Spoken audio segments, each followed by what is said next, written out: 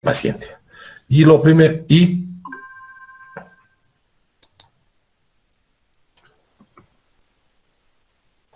vamos a poner como objetivo de este temario reconocer las patologías a nivel de tejidos blandos y su etiología.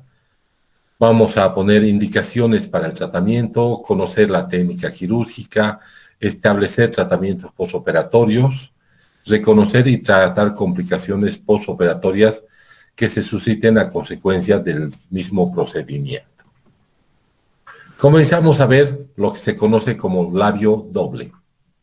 Definimos que el labio doble es un pliegue excedente de tejido que se localiza por debajo del bermellón del labio, eso quiere decir por debajo de esta partecita del labio, que se va a presentar generalmente en el labio superior, pero también se ha encontrado alguna vez en el labio inferior, ¿ya? Este labio doble en el labio inferior generalmente está ocasionado por succión y no es de origen congénito, ¿ya?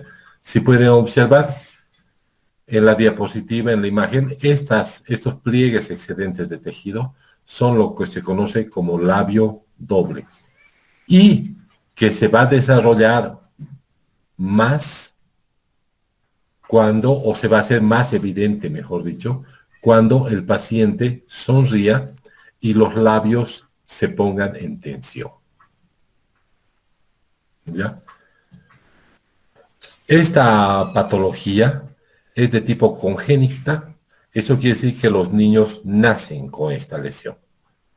Les decía que en algunos casos se observa una especie, un pseudolabio doble ocasionado por succión, que sería de traumático mecánico, y hay un síndrome, el síndrome de Usher, que se caracteriza por presentar el labio doble acompañado de una alteración que se llama blefarocalasia, que es cuando el párpado inferior está caído, ¿ya?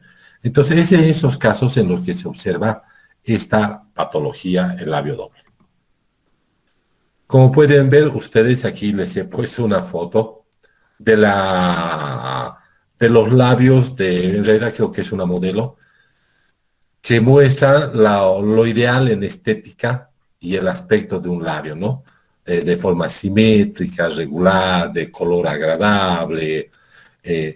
Entonces, les he puesto esta fotografía porque quiero hacerles notar que este procedimiento quirúrgico para eliminar el labio doble, el único objetivo que cumple es estética. El labio doble en sí no va a producir una alteración, no va a producir una incomodidad, no va a producir una dificultad en la toma de una impresión, en el momento de rehabilitar, en los términos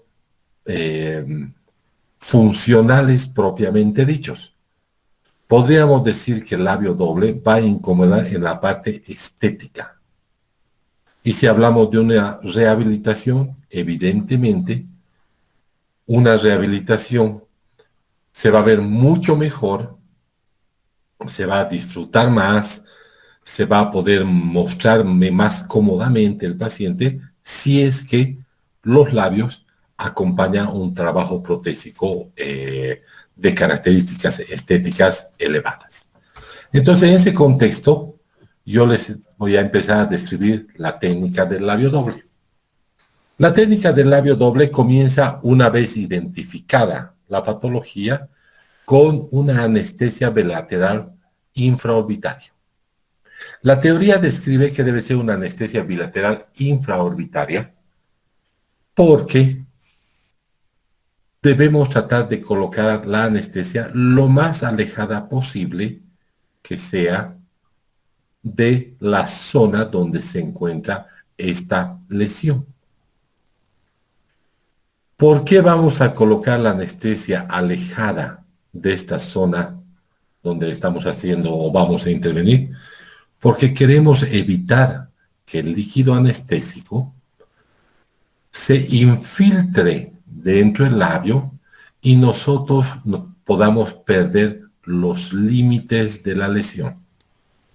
En este punto me detengo y digo que debemos cuidar mucho los límites de la lesión, quiero decir, en qué punto del labio esa lesión emerge o esa lesión nace, porque como este es un procedimiento estético, y si nosotros perdemos los límites de nuestra lesión y sacamos más tejido del que en realidad pertenece a este pliegue excedente o labio doble, va a ocasionar que cuando suturemos, al aproximar los labios de la herida, nosotros disminuyamos el grosor del labio, el espesor, el ancho, y si bien la cirugía técnicamente puede resultar exitosa y el paciente se vaya contento en ese sentido, una vez que desaparezca el hinchazón, retiremos los puntos, haya cicatrizado, el paciente va a percibir que sus labios son mucho más delgados. Y no nos olvidemos que hoy en día un parámetro de belleza en nuestro medio y en el mundo entero son labios que sean...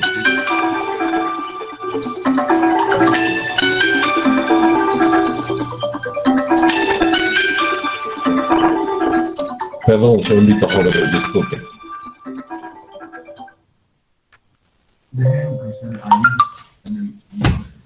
Un parámetro de belleza hoy en día va a ser esto de que los labios sean gruesos.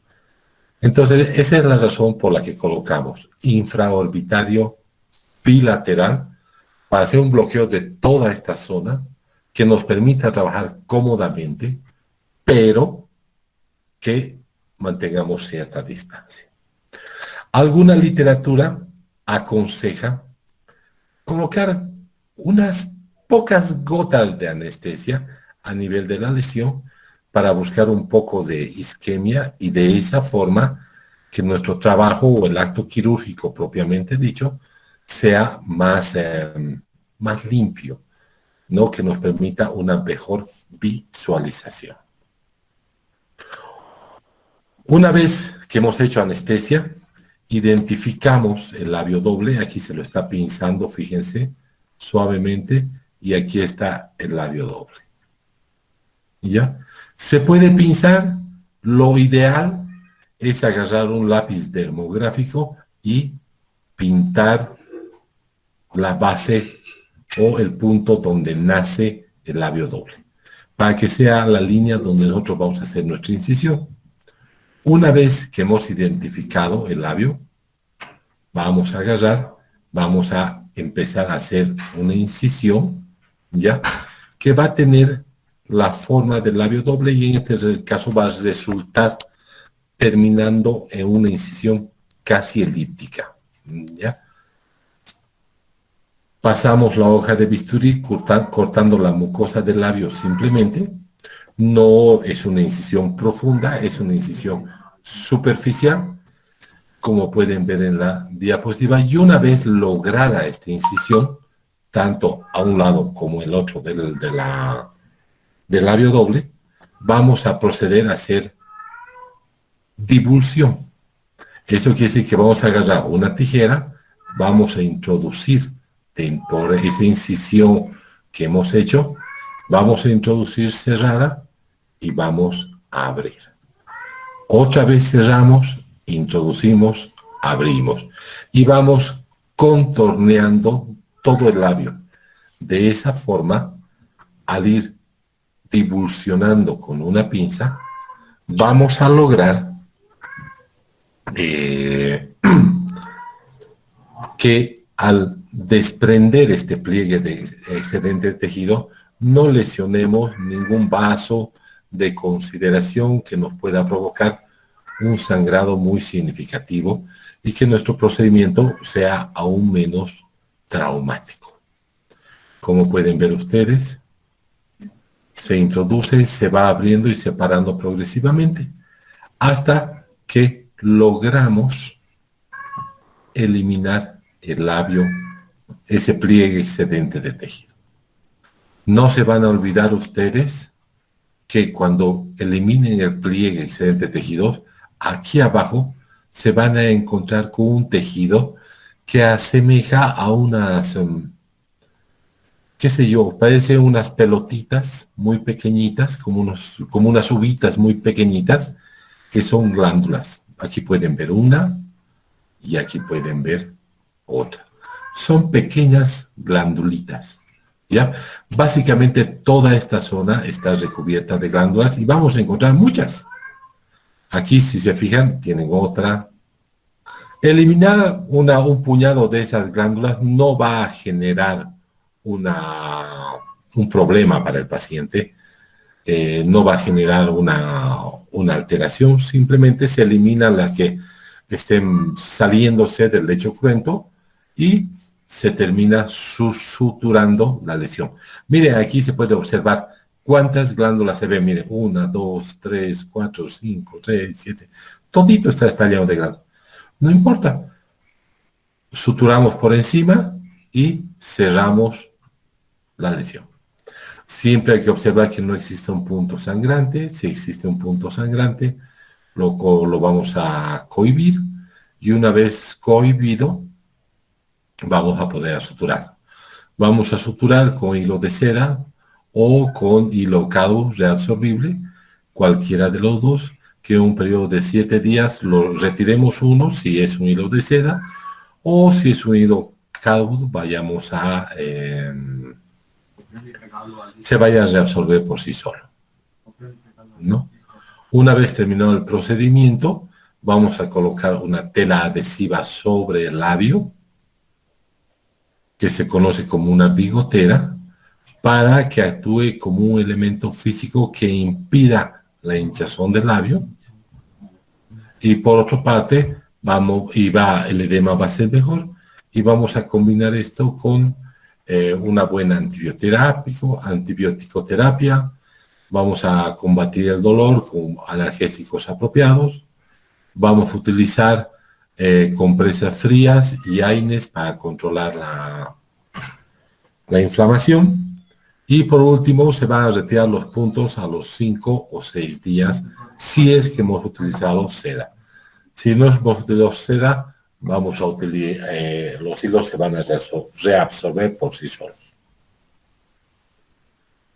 Por otro lado, vamos a ver otra patología que se llama hiperplasia papilar inflamatoria del paladar.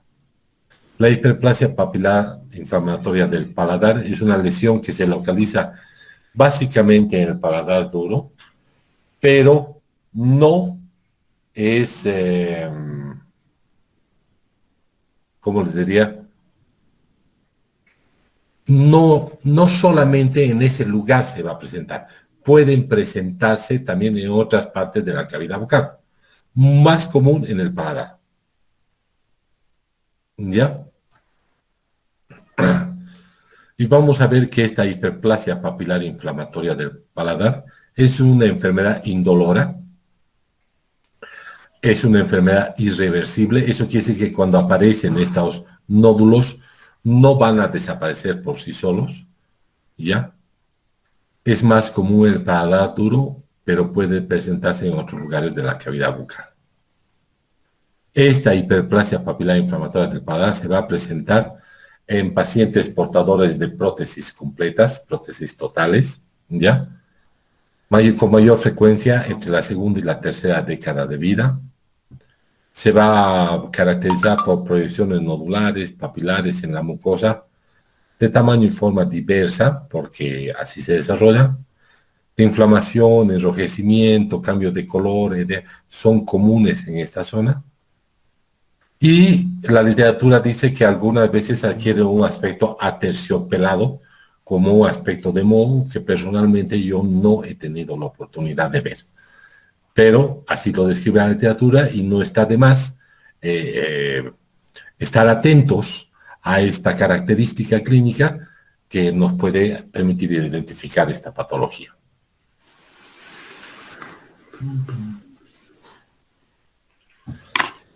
La etiología, la causa, el origen de esta enfermedad es desconocida, ¿ya? Eso no se olviden nunca, es desconocida, es oscura, Pero dice, existen ciertos factores que se cree son predisponentes para el desarrollo de esta patología. Podemos indicar que uno de los factores es la desadaptación de la prótesis, una prótesis de muchos años desadaptada, el uso de la prótesis por 24 horas al día, mala higiene y otros como alivios palatinos que más adelante yo les voy a poder explicar qué es. En ese contexto, chicos, quiero que quede claro que la etiología es desconocida. El tratamiento para esta lesión va a ser primero biopsiar y verificar la naturaleza de la lesión, que es una de rutina. Retiro la prótesis durante varios días. Se aconseja hacer colutorios con agua, con alguna sustancia desinflamante para que baje el edema y la inflamación. Se aconseja el uso de antimicóticos como el fluconazol de 150 miligramos y el ketoconazol de 400 miligramos por un periodo de tiempo para disminuir la posibilidad de que haya hongos a ese nivel. Y una vez que está preparada la lesión, recién se va a hacer una escisión. Cuando decimos escisión, queremos decir una eliminación, y en este caso va a ser supraperióstica. Esto quiere decir que cuando eliminemos esta patología, no vamos a llegar a tocar el hueso, sino vamos a eliminar nódulo por nódulo. ¿Con qué podemos eliminar esos nódulos? Podemos eliminarlos con curetas filosas que nos permitan ir cortando uno por uno los nódulos. Podemos utilizar instrumentos rotatorios, como una piedra montada, una fresa pimpollo, que por un proceso de abrasión destruya estos pequeños nódulos progresivamente, sin que esto signifique que en el procedimiento nosotros vayamos a ingresar tan profundo que nos pongamos en contacto con el hueso. Siempre en este procedimiento debemos cuidar de que el periósteo se mantenga intacto, porque de este va a venir la nutrición y a partir de este se va a formar nuevo tejido.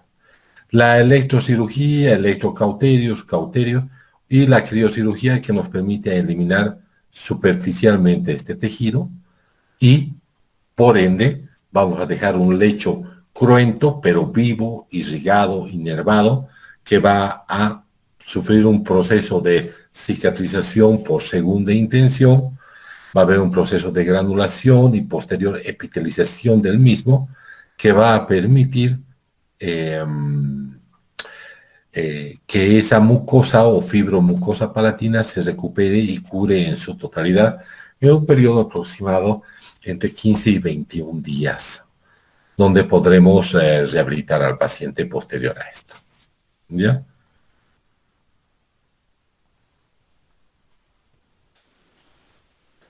En todos los casos donde hagamos este procedimiento son pacientes que tienen prótesis, entonces vamos a desgastar un poquito la prótesis interiormente, vamos a recubrir con un cemento quirúrgico y vamos a utilizarlo como una férula que cubra la herida. El dolor persiste hasta que se forme tejido de granulación, por eso hay que dar buenos analgésicos y buena antibiótico terapia. Por otro lado, el cemento quirúrgico va a actuar como una pasta analgésica y utilizar enjuagues suaves para evitar, para irrigar la zona posterior a la cirugía, obviamente enjuagues que no contengan alcohol en su composición, ¿no? Que sean enjuagues en base a agua. ¿Ya? Y una vez cicatrizado, debemos evitar que esta patología vuelva a aparecer y vamos a, o tenemos algunas recomendaciones, como son la técnica minuciosa en la toma de impresiones, prótesis sin alivios palatinos, pacientes deben quitarse la prótesis durante varias horas al día, limpiar la prótesis minuciosamente todos los días y por último, limpiar y estimular la mucosa a través de un correcto cepillado.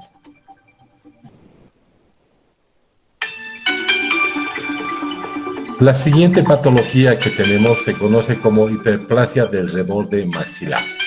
Perdón, un segundito.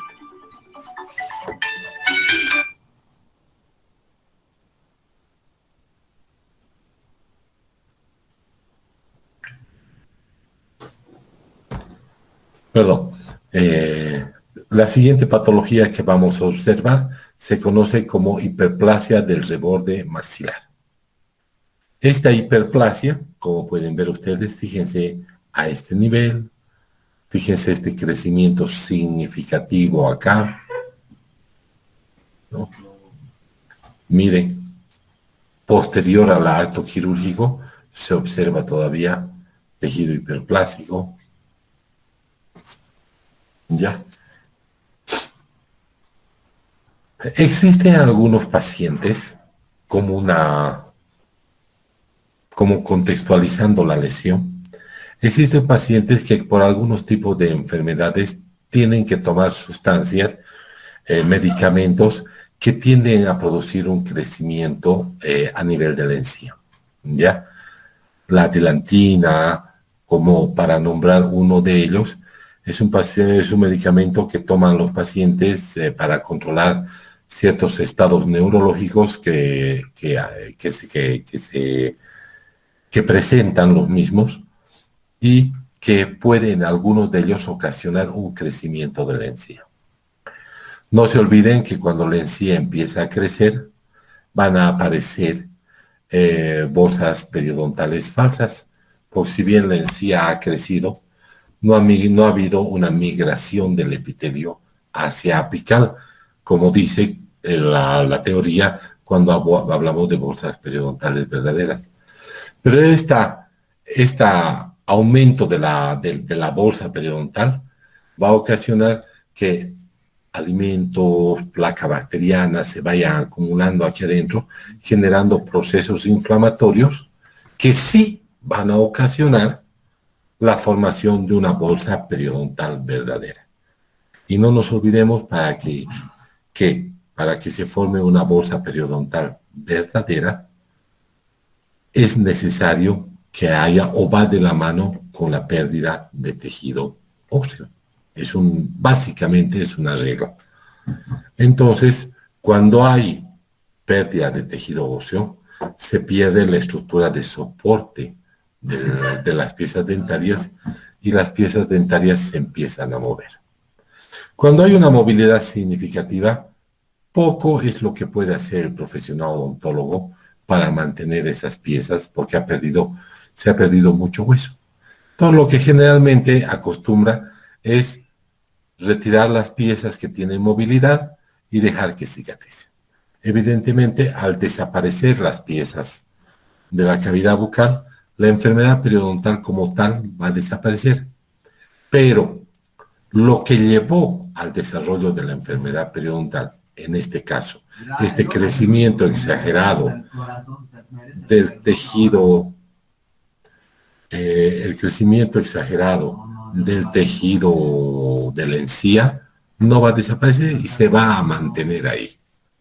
Entonces, en ese contexto es que nosotros pasamos a este tipo de pacientes. Pacientes donde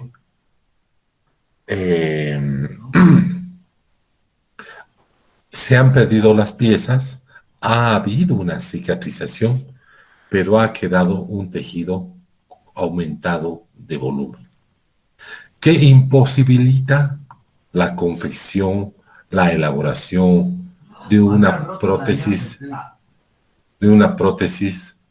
total en este caso. Entonces, en ese sentido, cuando queremos rehabilitar a estos pacientes, es menester, es necesidad para el rehabilitador que el cirujano elimine estos excedentes y devuelva a la arcada dentaria una forma regular, de buen aspecto, que permita la elaboración de una prótesis. Entonces, habiendo dado esta explicación, vamos a entrar y vamos a describir las razones por las que debemos corregir la hiperplasia del reborde maxilar. Una de las primeras razones es dejar un reborde maxilar firme para el asentamiento de la prótesis. Una segunda razón es remodelar las encías para quitar los espacios muertos. Voy a retroceder. Perdón. Esa zona de acá, eso de acá, son los espacios muertos. Debemos quitarlos. Entonces es otra razón. Y por último, se obtiene espacio o ganar espacio para la base de la prótesis. ¿Qué quiero decir con ganar espacio para la base de la prótesis? Quiero decir que muchas veces este crecimiento de la encía es tan significativo que cuando el paciente cierra su boquita, sus dientes de abajo entran en contacto o se ponen en oclusión con esta encía hipertrófica que tenemos acá. Incluso en algunos casos se ven pequeñas indentaciones o marcas de los dientes a nivel de esta zona que no van a permitir,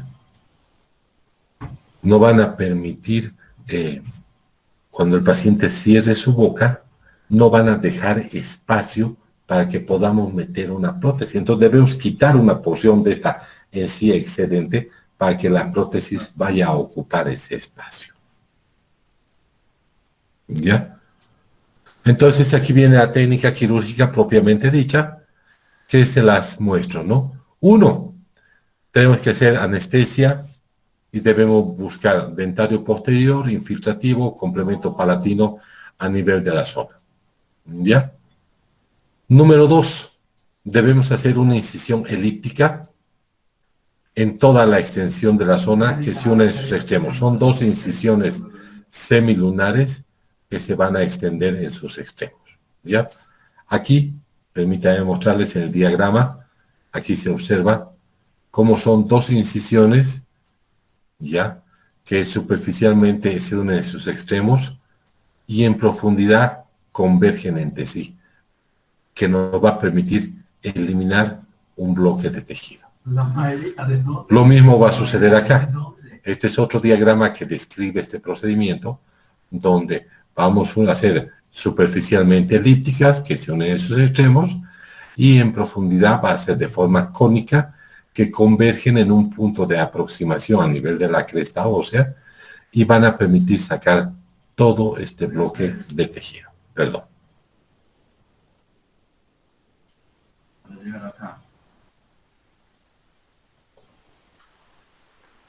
Aquí podemos ver la incisión. Fíjense, se hace una incisión por palatino, otra incisión por vestibular, y aquí se está eliminando el bloque de tejido. Fíjense, este bloque es este bloque de tejido. Esto que se muestra acá vendría a resultar ser esto. ¿Ya? Entonces, hasta aquí, hasta este punto, nosotros hemos, y no se olviden que es tejido fibroso, duro, de fácil manipulación. Hasta este punto nosotros hemos terminado la primera fase o la primera tiempo de nuestra cirugía. A continuación vamos a ver y vamos a explicar por qué se requiere hacer un segundo tiempo. Uno, hemos logrado hacer esto.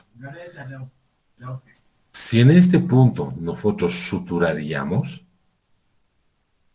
probablemente podríamos juntar, haciendo compresión, estos 2 labios y suturar. Eliminaríamos las zonas retentivas o los puntos muertos, pero por otro lado, la altura no habría desaparecido, ¿ya? No habría disminuido la altura, por ende no habría espacio para meter una prótesis, y al convertirse, si nosotros suturaríamos acá, al cicatrizar esto, sería muy alto y sería muy delgado y se empezaría a mover. No tendríamos una encía firme. Y uno de los objetivos que planteamos era que debíamos tener no debía haber espacios muertos y la prótesis debía asentarse sobre una superficie firme y ahí no lo lograríamos. Entonces es aquí que viene el segundo tiempo, ¿ya? Donde a través de este espacio que hemos generado al eliminar esta porción de tejido, vamos a eliminar cuñas de tejido por vestibular y cuñas por palatino, ¿ya? Con la misma hoja de bisturí, ya no necesitas cortar por fuera, sino entras directamente acá y eliminas una porción acá y eliminas otra porción acá. De esa forma, el espesor de esta encía va a disminuirse, ahora más delgada. Una vez eliminadas las cuñas, como pueden ver ustedes aquí, se están sacando las cuñas. Esta encía queda más delgada y al no tener un soporte en su parte inferior, esta encía por inercia va a colapsar sobre sí misma y se va a terminar apoyando sobre el hueso. O con una ligera compresión vamos a lograr que esta encía se adhiera, se adapte a la forma del hueso y vamos a poder suturar. Al hacer eso, ¿qué vamos a lograr? En la primera instancia eliminamos puntos muertos. Y en el segundo tiempo, donde eliminabas estas cuñas de tejido, vas a disminuir la altura. Por ende, la encía no se va a mover y va a ser firme. Y por otro lado, al disminuir la altura, vas a ganar espacio libre entre el plano oclusal, digamos, mandibular, y la cresta del reborde alveolar para que pueda entrar una prótesis y pueda rehabilitarse a ese paciente. Sí va a ser con prótesis. Fíjense, se está adosando los dos labios de la herida y se está suturando. En este esquema podemos ver que ha quedado una encía delgada, firme, sin zonas retentivas, que vendría a ser lo ideal que nosotros podamos lograr. Este crecimiento hiperplástico que se observa sobre el reborde alveolar también se va a observar en la fibromucosa palatina, pero en el paladar propiamente dicho. Y esto se conoce como hiperplasia de la mucosa palatina, ya no es de la encía. Es una lesión que va de la mano con la otra, pero por su ubicación anatómica se le ha venido a dar el nombre de hiperplasia de la mucosa palatina. Sigue siendo, entre comillas, lo mismo, pero por su ubicación anatómica se le ha cambiado el nombre. Esta hiperplasia de la mucosa palatina se trata de una forma distinta a la que se trata la hiperplasia de la encía palatina. Y vamos a decir que para eliminar estos pliegues de tejido, nosotros no vamos a hacer incisiones que lleguen hasta el hueso y vamos a sacar en bloque, sino que vamos a utilizar una hoja de bisturí o un electrobisturí y vamos a cortar, si el término que describe mejor es esto, vamos a ir fileteando, adelgazando, cortando pequeñas porciones de tejido hasta que esto adquiera la forma de la ojiva palatina normal, ¿ya? Eso quiere decir que no vamos a utilizar un instrumento que lo vamos a introducir hasta chocar el cuello, sino que vamos a ir cortando superficialmente el tejido hasta que la bóveda palatina adquiera una forma apropiada, que permita, en este caso, el paciente no tiene prótesis, pero si no habría dientes que nos permita rehabilitar apropiadamente al paciente.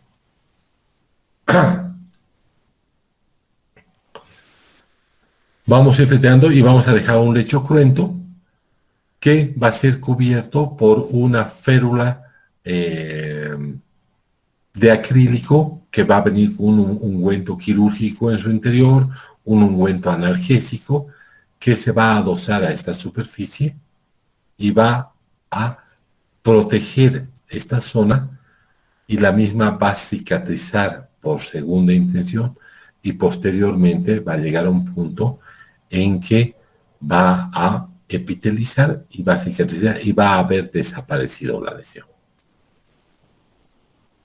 Esto es lo que les decía, adelgazar simplemente. Tenemos la tercera o cuarta lesión que se observa dentro de la cavidad bucal y en este punto, jóvenes, nos vamos a detener. Y el día miércoles vamos a continuar con nuestro temario. Vamos a continuar desde almohadilla retromolar. Son 3 lesiones más que faltan. Y con eso vamos a terminar tratamiento de tejidos blandos. Muy bien. Sí, doctor, está bien.